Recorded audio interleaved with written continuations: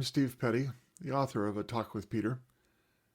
The purpose of these Lenten devotions is to spend this time of preparation for Easter getting to know Jesus better. What better way to meet Jesus than to have his best friend tell you about him? So I set about rewriting the Gospel of Mark in the first person, as if Peter himself was telling us about his friend Jesus. Hence the title, A Talk with Peter. I tried to imagine what Peter would say. How would he tell his story to us in first person today? Sometimes the illustrations used will be more modern instead of first century. This is merely an attempt to bring a more contemporary element to the story for contemporary readers.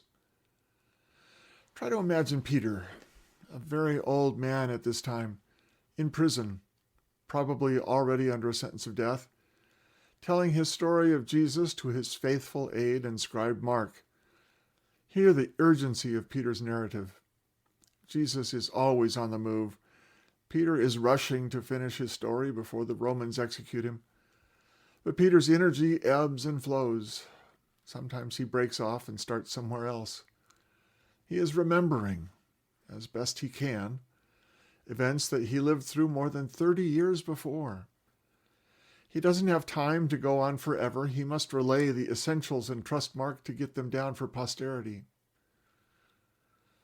The Gospel of Mark is the earliest gospel, probably written after Rome burned and the persecution of Christians began under Nero, about 66 AD.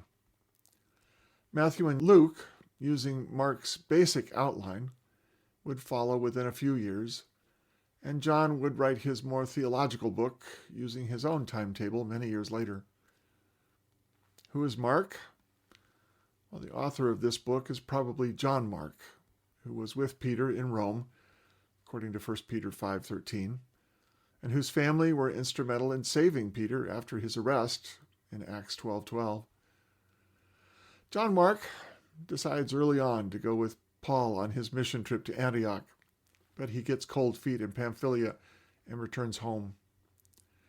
When Paul begins a later mission, John Mark again volunteers, but he is rejected by Paul, who even argues about him with Barnabas, who then takes him on his mission, and he drops the name John.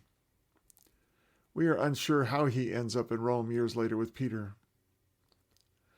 Tradition tells us that Mark was merely the scribe, writing the story dictated to him by Peter. A close reading of the story seems to bear this out. The other gospel writers show considerable deference to Simon Peter, the man who is now the head of the church and who knew Jesus well enough to argue with him. But Mark's work shows Peter in the least favorable light. Perhaps Peter himself is still aware of his failures and conveys those failings with a sense of confession. It is my most fervent hope that you will find this telling of the life of Jesus meaningful and refreshing.